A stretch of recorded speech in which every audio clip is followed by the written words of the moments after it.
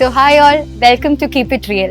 So ഇന്ന് നമ്മൾ കുറച്ച് ഡിഫറെൻറ്റ് കണ്ടന്റ് ആണ് നമ്മൾ നോർമലി ചെയ്യുന്നതിനേക്കാൾ ഒരു വ്യത്യസ്തമായ കണ്ടന്റ് ആണ് നമ്മൾ ഇന്ന് എടുക്കാൻ പോകുന്നത്. So we are going to talk about mental health. ശരിക്കും പറഞ്ഞാൽ നമ്മുടെ ഫിസിക്കൽ ഹെൽത്ത് പോലെ തന്നെ വളരെ ഇമ്പോർട്ടൻ്റ് ആയിട്ടുള്ള ഒരു കാര്യം തന്നെയാണ് മെന്റൽ ഹെൽത്ത്. സോ ഇന്ന് ഇതിനെക്കുറിച്ച് സംസാരിക്കാൻ വേണ്ടി I have a very special guest today. So I am very privileged to welcome distinguished psychiatrist whose academic excellence and clinical expertise have made a significant impact in the field of medical health. I'd like to welcome Dr. Suman Verghese Sam, Assistant Professor, Believers Church Medical College. Sir, welcome. Thank you. അപ്പോൾ sir ഓഡിയൻസിന്റെ behalf ആയിട്ട് കുറച്ച് questions ചോദിക്കാൻ പോവാണ്. So the first question is what is depression, what is anxiety and what is panic attacks? അപ്പോൾ ഈ anxiety അറ്റാക്കും panic അറ്റാക്കും same ആണോ? പലപ്പോഴും സാധാരണ നമ്മളുടെ ജനങ്ങളുടെ ഇടയിലുള്ള ഒരു സംശയമാണ്, എന്താണ് വിഷാദ രോഗം, എന്താണ് ഉത്കണ്ഠ രോഗം, സാധാരണ സങ്കടവും വിഷാദ രോഗവും തമ്മിലുള്ള വ്യത്യാസം എന്താണെന്നുള്ളത്. അപ്പോൾ ഇതിലെ ഏറ്റവും പ്രധാനപ്പെട്ട ഒരു പ്രശ്നം എന്താണെന്ന് വെച്ച് കഴിഞ്ഞാൽ വിഷാദ രോഗം എന്നുള്ള വാക്ക് തന്നെയാണ്. അപ്പോൾ എല്ലാവരും പലപ്പോഴും വിചാരിക്കും ഇത് മനസ്സിന്റെ മാത്രം ഒരു രോഗമാണെന്ന്. എന്നാൽ ഇത് മനസ്സിന്റെ ഒരു രോഗമല്ല, ഇത് നമ്മളുടെ തലച്ചോറിന്റെയും ശരീരത്തിന്റെയും ഒരു രോഗമാണ്. മനസ്സിന്റെ പ്രശ്നം മാത്രമായി ഒരു അസുഖമില്ല, ശരീരത്തിൽ നിന്നാണ് മനസ്സുണ്ടാകുന്നത്. അതായത് തലച്ചോറിന്റെ ഭാഗമായിട്ടാണ് നമ്മളുടെ മനസ്സ് പ്രവർത്തിക്കുന്നത്. അപ്പൊ തലച്ചോറിൽ എന്തെങ്കിലും സ്വാഭാവികമായിട്ടുള്ള നിലയിൽ നിന്ന് വ്യത്യസ്തമായിട്ട്, അതായത് ഒരു അബ്നോർമൽ ആയിട്ടുള്ള രീതിയിൽ നമ്മളുടെ ബ്രെയിൻ കെമിസ്ട്രി വർക്ക് ചെയ്യുന്നു, ബ്രെയിനിലെ ഫിസിയോളജി വർക്ക് ചെയ്യുന്നു. ഒരു വൈറൽ പനി വന്ന് പൊറുക്കുന്ന സമയത്ത് നമ്മളുടെ ശരീരത്തിലെ അവസ്ഥ വളരെ ക്ഷീണാവസ്ഥയൊക്കെ ഉണ്ടാകും. അതേപോലെ തന്നെ നമ്മളുടെ മൂഡാണെങ്കിലും വളരെ ലോ ആയിരിക്കും. അതെന്തുകൊണ്ടെന്നാൽ ശരീരത്തിൽ ഇൻഫ്ലമേറ്ററി മീഡിയേറ്റേഴ്സ് പാസ് ചെയ്യുന്നത് കാരണം. അപ്പോൾ നിങ്ങൾക്ക് വൈറൽ ഫീവർ കഴിഞ്ഞു, എന്നാൽ അതിന് അടുത്ത ദിവസം നിങ്ങളുടെ കൂട്ടുകാർ ഒരു സിനിമ കാണാൻ വിളിച്ചാൽ ശരീരത്തിൽ പനിയൊന്നും ഇല്ല എങ്കിൽ പോലും പോകാനുള്ള മൂഡ് തോന്നില്ല. അത് എന്തുകൊണ്ടാണ്? ശരീരത്തിൽ ആ ഇൻഫ്ലമേഷന്റെ സിംറ്റംസ് ബാക്കിയാണ്, അല്ലെങ്കിൽ ആ ഇൻഫെക്ഷന്റെ സിംറ്റംസ് ബാക്കി നിൽക്കും. സ്ഥായി ആയിട്ടുള്ള ഒരു ന്യൂറോ ഇൻഫ്ലമേഷൻ ആണ് വിഷാദ രോഗം. സോ വിഷാദ രോഗം എന്ന് പറയുന്നതിനെക്കാട്ടിലും ന്യൂറോ ഇൻഫ്ലമേഷൻ എന്ന വിഷാദത്തെ വിളിക്കുവാനായിട്ടാണ് എനിക്ക് വ്യക്തിപരമായിട്ട് താല്പര്യം. ആങ്സൈറ്റി അറ്റാക്കും പാനിക് അറ്റാക്കും രണ്ടും രണ്ട് കാര്യങ്ങളാണല്ലേ? തീർച്ചയായിട്ടും. പാനിക് അറ്റാക്ക് എന്ന് പറയുമ്പോൾ ശരീരത്തിൽ പെട്ടെന്ന് തന്നെ നെഞ്ചിടിപ്പ് പടപടാന്ന് കൂടുന്നു, ശരീരം കണ്ടമാനം വിയർക്കുന്നു, അതിന്റെ കൂടെ തന്നെ എന്തോ നമുക്ക് അപകടം സംഭവിക്കാൻ പോകുന്നു എന്നുള്ള ഒരു തോന്നലുണ്ടാകും.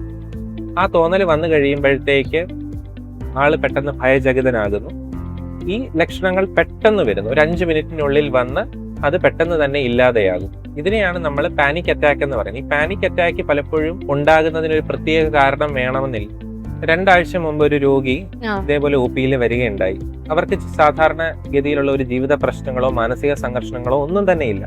പെട്ടെന്ന് തന്നെ അവർക്കുണ്ടായ അനുഭവം വയറിൽ ഒരു കത്തല് പോലെ തോന്നി, നെഞ്ച് പടപടാന്ന് അടിക്കുന്ന പോലെ തോന്നി. ഈ കാരണങ്ങൾ കൊണ്ട് അവരെ പലതവണ ഹോസ്പിറ്റലിൽ വന്നു, റെസ്പിറേറ്ററി ഫിസിഷ്യനെ കാണിച്ചു, ഗ്യാസ്ട്രോ എൻട്രോളജിസ്റ്റിനെ കാണിച്ചു. ഇവരുടെ ലക്ഷണങ്ങൾക്ക് ഒരു കുറവുമില്ല. ഇവരുടെ ഡയഗ്നോസിസ് എന്താണെന്ന് ചോദിച്ചപ്പോൾ പാനിക് ഡിസോർഡർ ആണ്. അപ്പൊ അവരുടെ സ്വാഭാവികമായിട്ടുള്ള ചിന്ത, എനിക്ക് മാനസിക പ്രശ്നങ്ങളൊന്നും ഇല്ലല്ലോ, ഞാൻ എന്തിനൊരു സൈക്കാട്രിസ്റ്റിനെ കാണണം? മാനസിക പ്രശ്നങ്ങളുള്ള വ്യക്തികളല്ല സൈക്കാട്രിസ്റ്റിനെ കാണേണ്ടത്.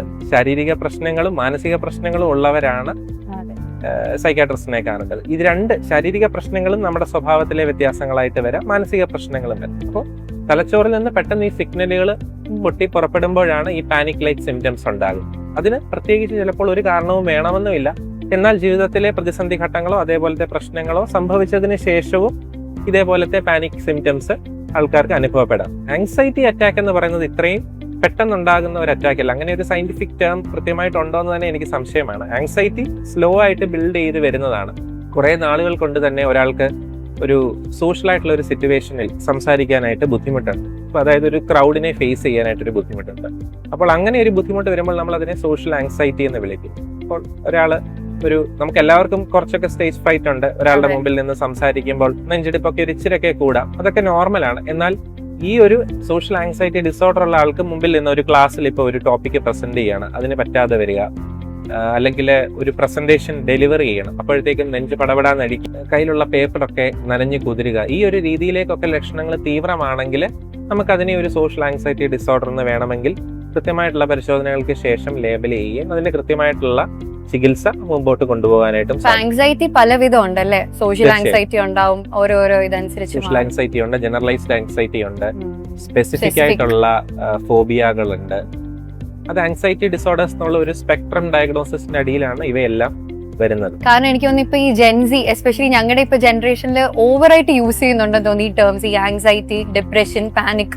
ചിലർക്ക് ഈ കറക്റ്റ് അറിയാതെ തന്നെ അവർ പറയുന്നുണ്ട് എനിക്ക് ആങ്സൈറ്റി ഉണ്ട്, എനിക്ക് ഡിപ്രഷൻ ഉണ്ട്. ഇപ്പൊ കറക്റ്റ് ആയിട്ട് ഇതിന്റെ ഡ്യൂറേഷൻ, ഇത് എങ്ങനെയാണ് അനുഭവപ്പെടുന്നത് ഇപ്പൊ പകുതി ആൾക്കാർക്ക് അറിയില്ല.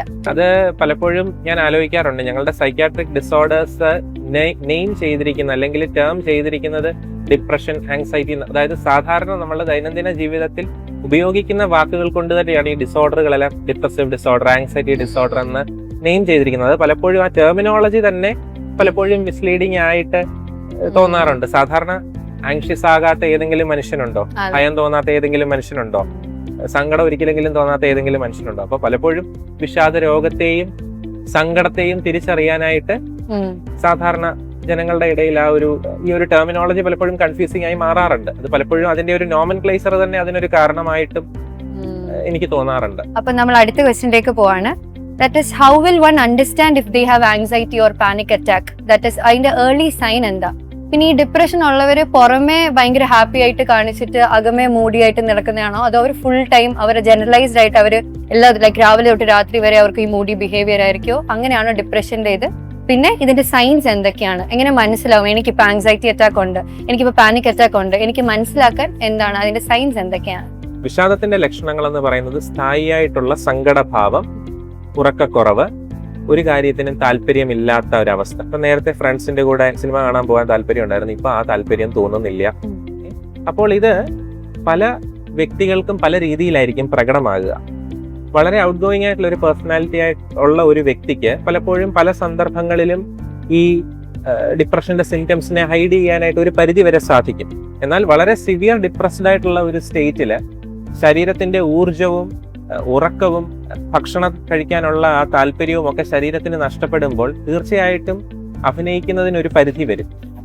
അല്ലെങ്കിൽ നമുക്ക് പുറമെ ആ ഒരു നമ്മളുടെ ഫേസ് മേക്കപ്പ് ചെയ്യാനുള്ള ഒരു ചാൻസ് വളരെ കുറഞ്ഞു വരും. എന്നാൽ ഒരു mild to moderate stages of ഡിപ്രഷനിൽ അത് പോസിബിൾ ആണ്.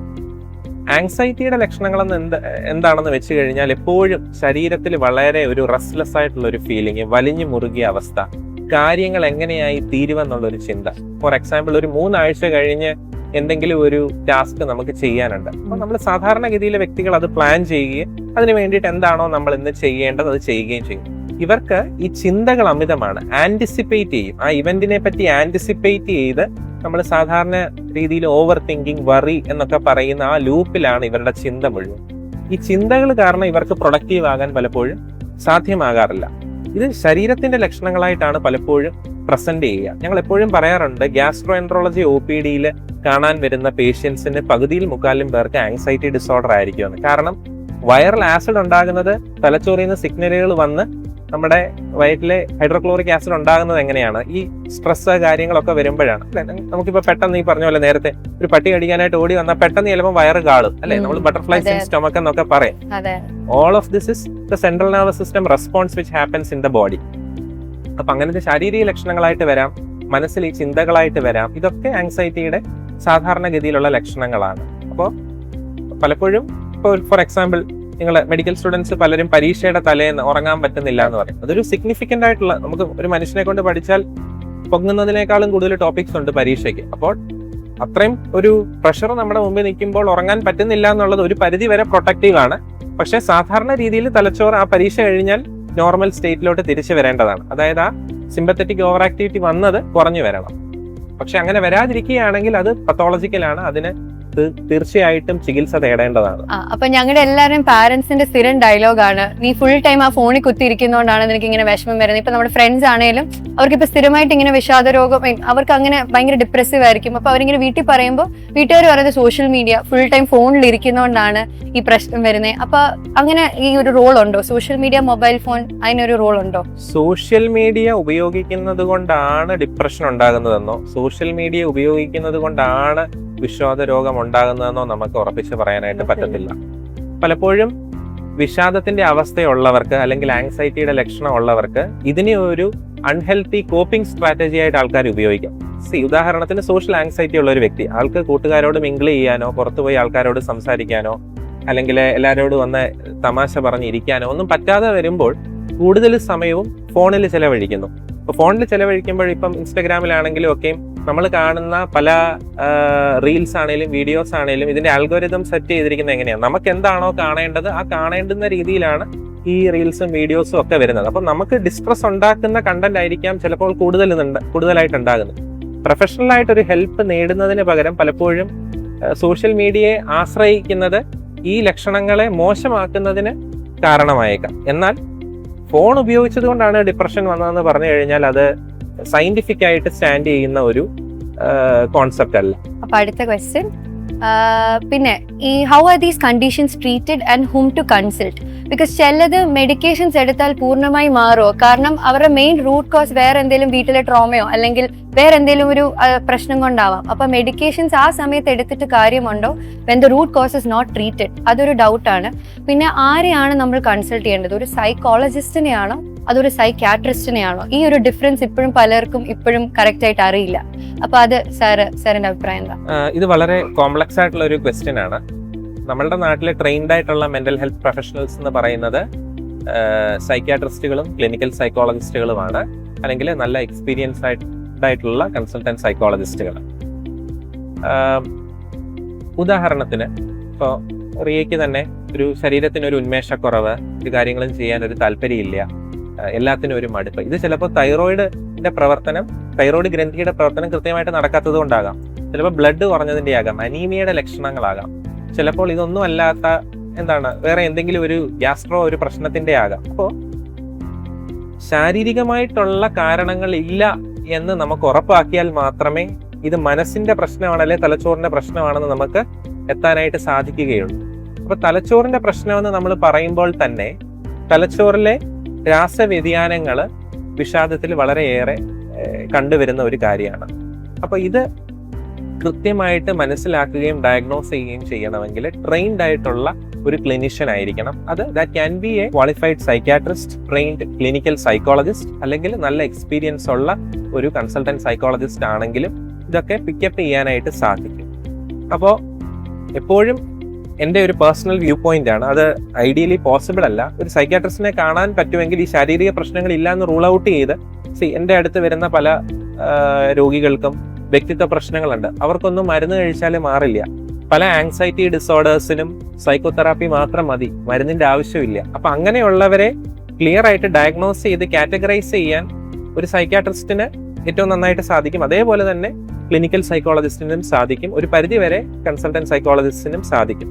പക്ഷെ ഞാൻ ഈ പറഞ്ഞ പോലെ ഒരു തൈറോയിഡ് ഏത് ബ്ലഡ് ടെസ്റ്റ് എഴുതി കൊടുക്കണം, ഇതൊക്കെ ഒരു മെഡിക്കൽ ഡോക്ടർക്കായിരിക്കാം ഏറ്റവും കൂടുതൽ ഈ 3 കാറ്റഗറിയിൽ നോളജ് കുറച്ചുകൂടെ ഉള്ളത്.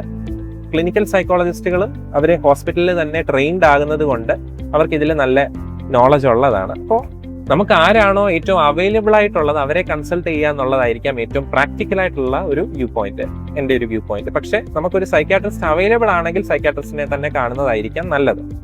അതിനുശേഷം സൈക്കോതെറാപ്പി മാത്രം മതി ചികിത്സ എങ്കിൽ നമുക്ക് സൈക്കോളജിസ്റ്റുകൾക്ക് ഞങ്ങൾ റെഫർ ചെയ്യും. അതേപോലെ തന്നെ പല സൈക്കോളജിസ്റ്റുകളും സൈക്കോസിസിന്റെ ലക്ഷണങ്ങളും മരുന്നിന്റെ ചികിത്സ ആവശ്യമുള്ളപ്പോൾ അവർ ഞങ്ങൾക്കും റെഫർ ചെയ്യാറുണ്ട്. ഇതൊരു ടീം വർക്കാണ്, അല്ലാതെ ഒരാൾക്ക് തന്നെ ചെയ്യാൻ പറ്റുന്ന ഒരു പ്രോസസ് അല്ല. ഈ ടീം വർക്ക് ഒരുമിച്ചുള്ള ഒരു ടീം വർക്കിൽ കൂടെ മാത്രമേ ഒരു വ്യക്തിയുടെ, അതായത് അതിനകത്ത് ഒരു സൈക്യാട്രിസ്റ്റ് ഉണ്ടായിരിക്കണം, ഒരു സൈക്കോളജിസ്റ്റ് ഉണ്ടായിരിക്കണം, ഒരു സൈക്യാട്രിക് സോഷ്യൽ വർക്കർ ഉണ്ടായിരിക്കണം. ഇതൊക്കെ ഈ ടീമിന്റെ ഭാഗമാണ്. പലപ്പോഴും നമ്മുടെ നാട്ടിലെ mental health is one among the least in priority. അപ്പോൾ പലപ്പോഴും നമുക്ക് വേണ്ടുന്ന ഹ്യൂമൻ റിസോഴ്സസ് പല ഹോസ്പിറ്റൽസിലും ഇല്ല, പല ഗവൺമെന്റ് ഫെസിലിറ്റീസിലും ഇല്ല. ഇതൊക്കെ കൊണ്ട് തന്നെ ആരാണോ അവൈലബിൾ അവരെ പോയി കാണുന്ന ഒരു രീതിയാണ് നമ്മളുടെ നാട്ടിലുള്ളത്. അപ്പോൾ despite being the most literate state, Keralam ഇത്രയും ഒരു ലിറ്ററേറ്റ് സ്റ്റേറ്റ് ആണ്, എന്നിട്ടും people are reluctant to take medications അല്ലേ? ഇപ്പോഴും അവർക്ക് ഈ മെന്റൽ ഹെൽത്ത് അറിയാം, അതിനെക്കുറിച്ചൊക്കെ അറിയാം എല്ലാവർക്കും, പക്ഷെ they are still reluctant to take. അപ്പൊ ഇങ്ങനത്തെ ഒരു കേസിൽ how will one approach this and when should one seek help? That is ഇപ്പൊ എനിക്ക് എൻ്റെ ഒരു ഫ്രണ്ട് എൻ്റെ അടുത്ത് വന്ന് പറയാം, എനിക്ക് ഇങ്ങനെ കുറച്ച് സിംറ്റംസ് ഒക്കെ ഉണ്ട്, എനിക്കിങ്ങനെ തോന്നുന്നുണ്ട്. അപ്പൊ ഞാൻ എങ്ങനെ അയാളെ കൺവിൻസ് ചെയ്യും ടു കൺസൾട്ട് എ സൈക്യാട്രിസ്റ്റ്? അവർ പക്ഷെ ചിലപ്പോൾ വില്ലിങ് ആയിരിക്കില്ല. പക്ഷെ ഇപ്പൊ ഇപ്പോഴത്തെ നമ്മുടെ ഈ ഒരു കേരളം എന്ന് പറഞ്ഞ സ്റ്റേറ്റിൽ ഇത്രയും ലിറ്ററേറ്റ് ആയിട്ട് പോലും പീപ്പിൾ ആർ റിലക്റ്റഡ്. അപ്പൊ അങ്ങനെയുള്ളവരോട് സാറിന്റെ റിപ്ലൈ എന്താണ്? നമ്മളുടെ നാട്ടിലെ സയന്റിഫിക് ടെമ്പർ ഇല്ലാത്തതാണ് ഇതിന്റെ എല്ലാം കാരണം. ഇപ്പോൾ ഒരു പറച്ചിലുണ്ട്, കേരളത്തിൽ ഒത്തിരി യക്ഷികൾ ഉണ്ടായിരുന്നു, പക്ഷേ ഇലക്ട്രിസിറ്റി ബോർഡ് എല്ലാ ജംഗ്ഷനിലും പോസ്റ്റുകൾ സ്ഥാപിച്ചതിന് ശേഷം യക്ഷികളെല്ലാം അപ്രത്യക്ഷമായി. അപ്പൊ അതേപോലെ മെന്റൽ ഹെൽത്ത് ഇഷ്യൂസിനെ പറ്റി വളരെയേറെ തെറ്റിദ്ധാരണകൾ നമ്മുടെ സമൂഹത്തിലുണ്ട്. ഇത് പലപ്പോഴും തലച്ചോറിന്റെ രോഗാവസ്ഥയാണ്.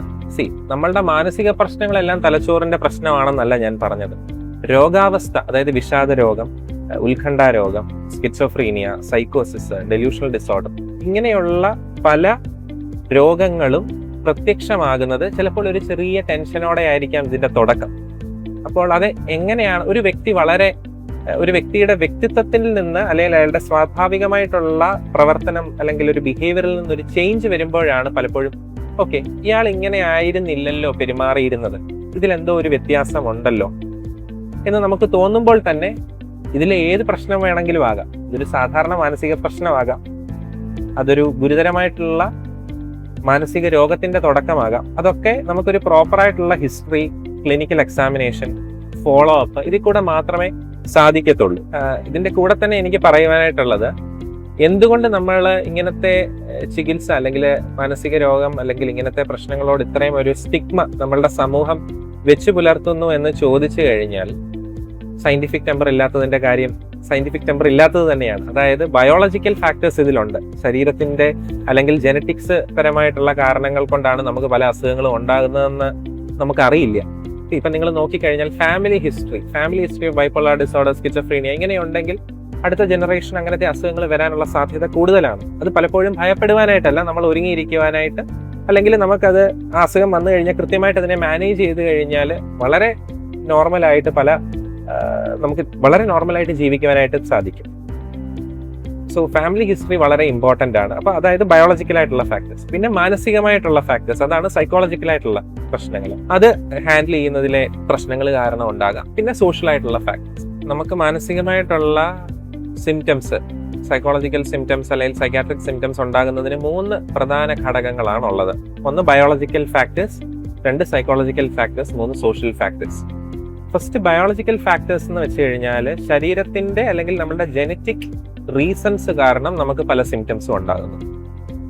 ഇത് പലപ്പോഴും പല ആൾക്കാർക്കും അക്സെപ്റ്റ് ചെയ്യാനായിട്ട് ഭയങ്കര ബുദ്ധിമുട്ടുള്ള കാര്യമാണ്. അതാണ് ഞാൻ നേരത്തെ പറഞ്ഞത്, നമുക്ക് ഒരു മാനസിക സംഘർഷം ഉണ്ടായിരിക്കത്തില്ല, പെട്ടെന്ന് തന്നെ നെഞ്ചിടിപ്പ് കൂടുന്നു, ശ്വാസം മുട്ടലുണ്ടാകുന്നു, ആങ്സൈറ്റിയുടെ സിംറ്റംസ് വരുന്നു, ഒന്നിനോടും താല്പര്യമില്ലാതെ വരുന്നു. It is possible.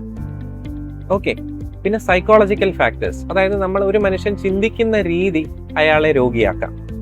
അതായത് എന്ത് സംഭവം നടന്നു കഴിഞ്ഞാലും അയ്യോ അതെല്ലാം എനിക്ക് വളരെ നെഗറ്റീവായിട്ടേ ടേൺ ഔട്ട് ചെയ്യത്തുള്ളൂ എന്നുള്ള രീതിയിലാണ് നമ്മൾ തിങ്ക് ചെയ്യുന്നതെങ്കിൽ, അതായത് കോഗ്നിറ്റീവ് ഡിസ്റ്റോർഷൻസ് കാരണം പലപ്പോഴും ഈ ഡിസ്റ്റോർഷൻ കാരണം ഈ പ്രത്യേക രീതിയിലാണ് ഇയാൾ ജീവിതത്തിൽ എന്ത് പ്രശ്നം വന്നാലും ചിന്തിക്കുന്നത്.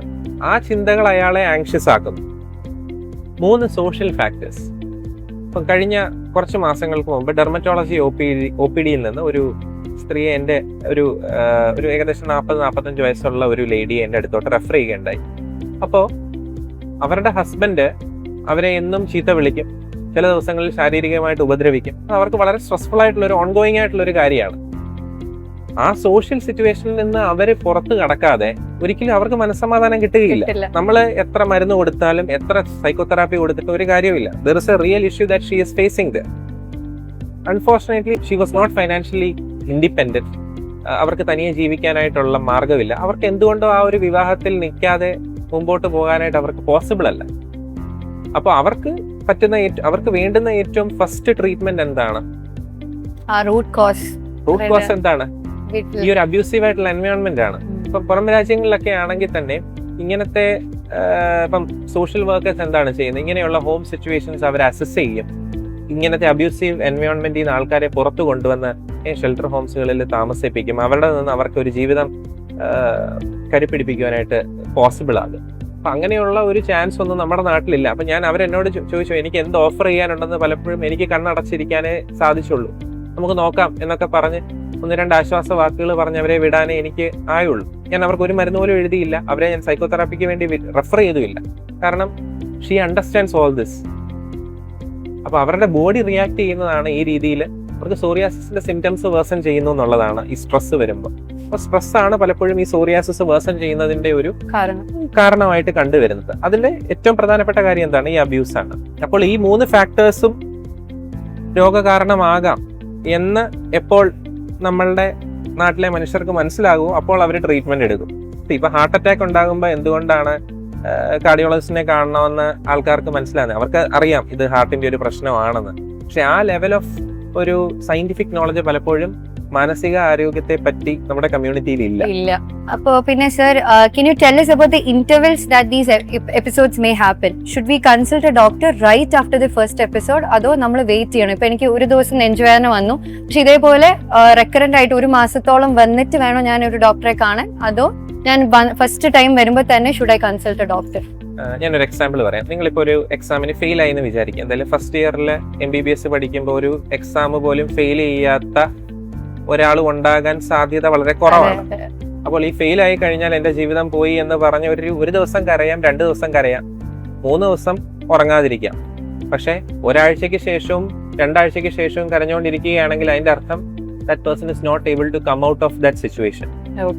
അതായത് കൺസിസ്റ്റന്റ് ആയിട്ട് സിംറ്റംസ് ഉണ്ടായിരിക്കണം for a reasonable period of time. ജീവിതത്തിൽ പ്രശ്നങ്ങൾ ഉണ്ടാകും, നമുക്ക് സങ്കടം തോന്നും.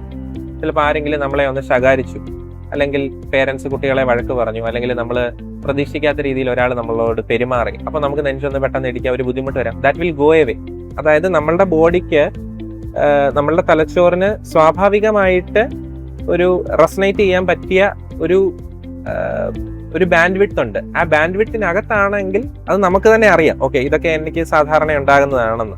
പക്ഷെ ഒരു പരിധിക്ക് അപ്പുറത്ത് പോകുമ്പോൾ നമുക്ക് മനസ്സിലാകും, എന്റെ ഉറക്കം നഷ്ടപ്പെടുന്നു, ശരീരത്തിൽ പിരിമുറുക്കമുണ്ട്, മനസ്സിൽ എപ്പോഴും ചിന്തകൾ വറി ചെയ്യുന്നതുണ്ട്, ഒട്ടും സന്തോഷം തോന്നുന്നില്ല, മടുപ്പ്, ഇങ്ങനത്തെ ലക്ഷണങ്ങൾ സ്ഥായിയായിട്ട് ഒരു 1-2 ആഴ്ചയ്ക്ക് അപ്പുറം വളരെ ഡിസ്ട്രെസിംഗ് ആയിട്ടുണ്ടെങ്കിൽ തീർച്ചയായിട്ടും ഒരു പ്രൊഫഷണൽ ഹെൽപ്പ് നേടേണ്ടത് അത്യാവശ്യമാണ്.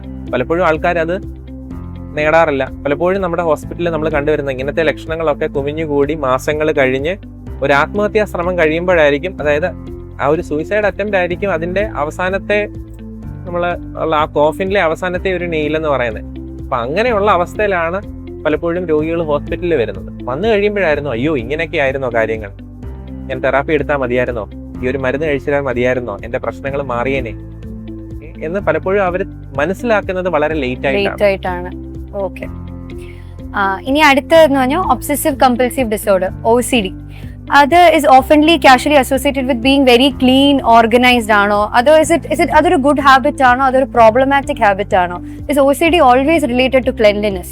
അതാണ് മെയിൻ ഒരു ചോദ്യം എല്ലാവരും ചോദിച്ചുകൊണ്ടിരിക്കുന്ന ഒരു കാര്യം. കമ്പൾസീവ് ഡിസോർഡർ എന്ന് പറയുന്നത് ഒരു അസുഖമാണ്, അതിന് വൃത്തിയുമായിട്ട് യാതൊരു ബന്ധവും ഇല്ല.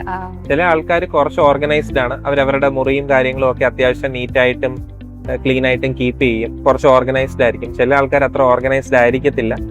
അപ്പോൾ നമ്മൾ ഇതിനെ രണ്ടിനെയും കൂടെ മിക്സ് ചെയ്യരുത്. OCD ഒരു അസുഖമാണ്. OCDയിലെ പ്രധാനപ്പെട്ട സിംറ്റംസ് ഒബ്സഷൻസും കമ്പൾഷൻസും ആണ്. ഒബ്സഷൻസ് എന്ന് വെച്ച് കഴിഞ്ഞാൽ repetitive intrusive thoughts, images or impulses. അതായത് നമ്മളുടെ മനസ്സിൽ നമുക്കിഷ്ടമില്ല എന്നിട്ടും ഈ ചിന്തകൾ കയറി വരിക. ചില വ്യക്തികൾക്ക് മനസ്സിൽ ആവശ്യമില്ലാത്ത, അല്ലെങ്കിൽ അവർക്ക് താല്പര്യമില്ല ഈ രീതിയിലെ ചിന്തകൾ മനസ്സിലോട്ട് വരണമെന്ന്. അതേസമയം കാര്യങ്ങൾ നീറ്റായിട്ട് കീപ്പ് ചെയ്യണമെന്നുള്ള ഒരാൾക്ക് മുറി വൃത്തിയായിട്ട് കീപ്പ് ചെയ്യണമെന്നുള്ളത് അവരുടെ മനസ്സിലെ ആഗ്രഹമാണ്. നമ്മൾ അതിന് ഈഗോ സിൻറ്റോണിക് അല്ലെങ്കിൽ ഈഗോ ഡിസ്റ്റോണിക് എന്ന് പറയും. ഈഗോ ഡിസ്റ്റോണിയ എന്ന് വെച്ച് കഴിഞ്ഞാൽ മനസ്സിൽ ആഗ്രഹമില്ലാത്ത ചിന്തകൾ കയറി വരുന്നു. ഈഗോ സിൻറ്റോണിയ എന്ന് വെച്ച് കഴിഞ്ഞാൽ എന്താണ്? ഈഗോ സിൻറ്റോണിക് എന്ന് വെച്ച് കഴിഞ്ഞാൽ ഓക്കെ എനിക്ക് പഠിക്കാനിരിക്കണമെങ്കിൽ മുറിയൊക്കെ അത്യാവശ്യം നീറ്റ് ആൻഡ് ക്ലീൻ ആയിരിക്കണം. എൻ്റെ ഒരു സുഹൃത്തുണ്ട്, അവൻ എപ്പോഴും പഠിക്കാനിരിക്കണമെങ്കിൽ ഞങ്ങൾ ഹോസ്റ്റലിൽ പഠിച്ചിരുന്ന സമയത്ത് മുറിയൊക്കെ നല്ല നീറ്റ് ആയിരിക്കണം. അതേസമയം എനിക്ക് അങ്ങനെയൊന്നുമില്ല, ജസ്റ്റ് എവിടെ ഇരുന്ന് കഴിഞ്ഞാലും പരീക്ഷയാണെങ്കിലും പഠിക്കാനായിട്ട് സാധിക്കും. അത് അവന്റെ ഒരു ഹാബിറ്റാണ്, ഇത് എൻ്റെ ഒരു ഹാബിറ്റാണ്. അത് രണ്ടും ഒരു നോർമൽ വേരിയന്റ് ആണ്. പക്ഷെ ഇതിനെ നമ്മൾ OCDയുമായിട്ട് മിക്സ് ചെയ്യരുത്. It can be any obsession, it can be any compulsion. Last ക്വസ്റ്റ്യനിലേക്കാണ് പോകുന്നത്. One thing you want to tell our audience watching this regarding mental health? മാനസികാരോഗ്യം ശാരീരിക ആരോഗ്യം തന്നെയാണ്. എൻ്റെ OPയിൽ വരുന്ന പേഷ്യൻസിന് ഞാൻ ഏറ്റവും കൂടുതൽ പ്രിസ്ക്രൈബ് ചെയ്യുന്ന മെഡിസിൻ ഫിസിക്കൽ എക്സർസൈസ് ആണ്. രണ്ടാമത്തെ മെഡിസിൻ റിലാക്സേഷൻ ടെക്നിക്സ് ആണ്.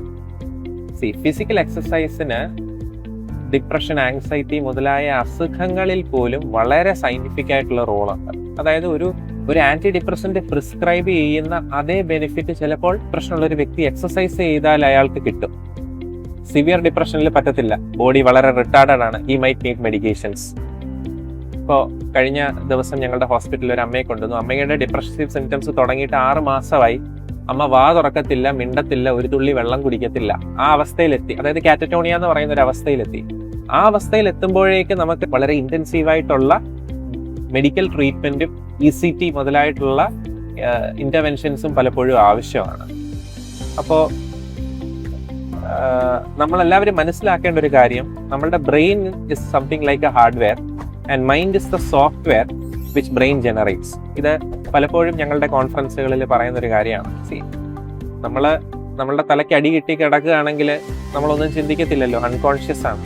ബ്രെയിനിൽ കോൺഷ്യസ്നെസ് ഉണ്ടെങ്കിലേ നമ്മൾ ചിന്തിക്കത്തുള്ളൂ. ചിന്തിക്കുമ്പോഴാണ് ചിന്തകളിൽ പ്രശ്നങ്ങൾ ഉണ്ടാകാം, ഇമോഷൻസിൽ പ്രശ്നങ്ങൾ ഉണ്ടാകാം. ചിന്തകളിലും ഇമോഷണൽസും തോട്ട്സിലും ഇമോഷൻസിലും ഇഷ്യൂസ് ഉണ്ടെങ്കിൽ അത് ഫൈനലി നമ്മുടെ സ്വഭാവത്തിൽ, അതായത് മാനിഫെസ്റ്റഡ് ആയിട്ടുള്ള ബിഹേവിയറിൽ അതൊരു പ്രശ്നമായിട്ട് വരും. അപ്പോൾ ഇത് ഏത് ഡൊമൈനിൽ വേണമെങ്കിലും ഈ ഇഷ്യൂസ് ഉണ്ടാകാം. ഇതൊക്കെ ബയോളജിക്കൽ റീസൺസ് ആണോ, സൈക്കോളജിക്കൽ റീസൺസ് ആണോ, സോഷ്യൽ റീസൺസ് ആണോ ഇതിന്റെ കാരണമെന്നുള്ളത് ഒരു പ്രൊഫഷണലിന് വിടുക. പലപ്പോഴും ഇതിന്റെ ഒരു മിക്സ്ചർ ആയിരിക്കും പലപ്പോഴും പല രോഗലക്ഷണങ്ങളുടെയും മാനസിക പ്രശ്നങ്ങളുടെയും കാരണം. അപ്പോൾ അത് ബാക്കി ഏത് അസുഖങ്ങളെയും പോലെ തന്നെ, ബാക്കി ഏത് സിംറ്റംസും പോലെ തന്നെ നമ്മളുടെ ബ്രെയിനിന്റെ സിംറ്റംസ്, അതായത് മൈൻഡിന്റെ സിംറ്റംസ്, തിങ്കിങ്, ഇമോഷൻസ്, പെർസെപ്ഷൻ, ഇതൊക്കെ സയന്റിഫിക് ആയിട്ട് ഒന്ന് ഇവാലുവേറ്റ് ചെയ്യുകയും എന്തെങ്കിലും നമുക്കൊരു ഡിസ്ട്രസ് ഉണ്ടെങ്കിൽ അതിനൊരു ഹെൽപ്പ് തേടുകയും ചെയ്യുന്നത് നമ്മൾ എൻകറേജ് ചെയ്യണം. അതാണ് എനിക്ക് കാഴ്ചക്കാരോട് പറയാനായിട്ടുള്ള ഒരു humble. Okay, thank you so much sir. ഇത്രയും നേരം ഞങ്ങളുടെ കൂടെ സ്പെൻഡ് ചെയ്തതിന് ഒരുപാട് താങ്ക്സ്. അപ്പോൾ മെന്റൽ ഹെൽത്ത്, ഫിസിക്കൽ ഹെൽത്ത് പോലെ തന്നെ വളരെ ഇമ്പോർട്ടൻ്റ് ആണ്. എല്ലാവരും, if you have someone around you who is actually struggling, ഇങ്ങനെ കുറേ സിംറ്റംസ് ആയിട്ട് നിങ്ങളുടെ അടുത്ത് വരുന്നുണ്ട്, you should actually convince them to see a psychiatrist അല്ലെങ്കിൽ ഒരു സ്പെഷ്യലിസ്റ്റിനെ കാണാൻ. മറ്റുള്ള സാധാ രോഗത്തെ പോലെ തന്നെ മെന്റൽ ഹെൽത്തും നിങ്ങൾ ഇമ്പോർട്ടൻ്റ് ആയിട്ട് കൺസിഡർ ചെയ്യണമെന്ന് ഞാൻ പറയുന്നു. So thank you so much sir. Thank you viewers.